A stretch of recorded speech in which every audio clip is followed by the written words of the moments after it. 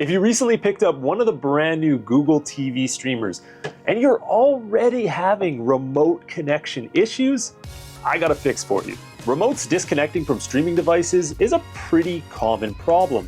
So I put together a guide with 4 separate methods, and I guarantee you one of these are going to work for you. I make weekly videos helping people like you save money on streaming services and learn how to optimize their device. If this video helped you out and you want to support the content, the best way to do that is by hitting the subscribe button right down below. So this first method is going to sound very obvious, and I promise you, I am not insulting your intelligence. I really don't want you to skip this step. With the Google TV remote, there's not a lot of indicators telling you whether it's powered on or not. You will get a faint white light at the bottom of the remote when you're in Bluetooth mode, but other than that, you really don't get anything when you press buttons. From my other video, I would say 25% of the comments say they fixed their remote just from doing this one simple thing. It's pretty common to get batteries that aren't fully charged, so yes, please, remove the batteries from the back of your remote and throw in 2 new AAAs.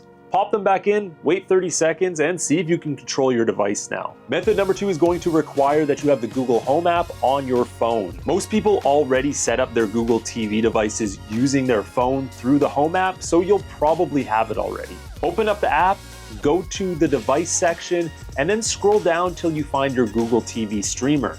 You do need to make sure your TV streamer is on for this step. Click on your device, mine is labeled as the dining room, and then press the remote option. Boom, just like that, you can now control your device directly from your phone. But that's not all. Let's now get your remote reconnected to your TV streamer. Using your phone, go to settings and scroll down until you find the remote and accessory option.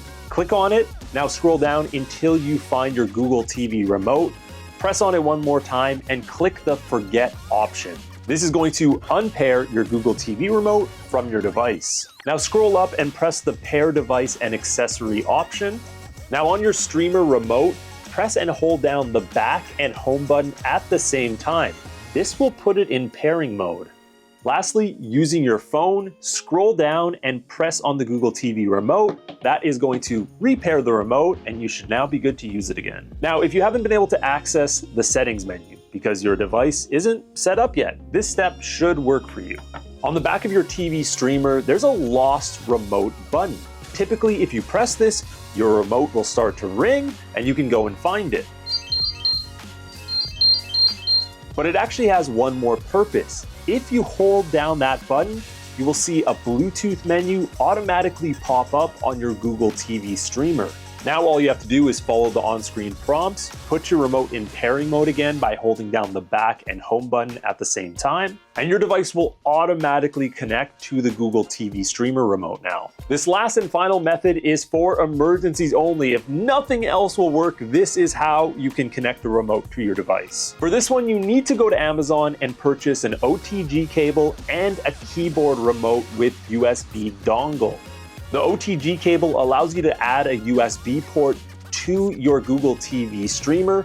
From there, you can plug in the keyboard remote dongle, and boom, you now have a remote to use on your TV streamer. That should work if nothing else is. Hopefully one of these methods work for you.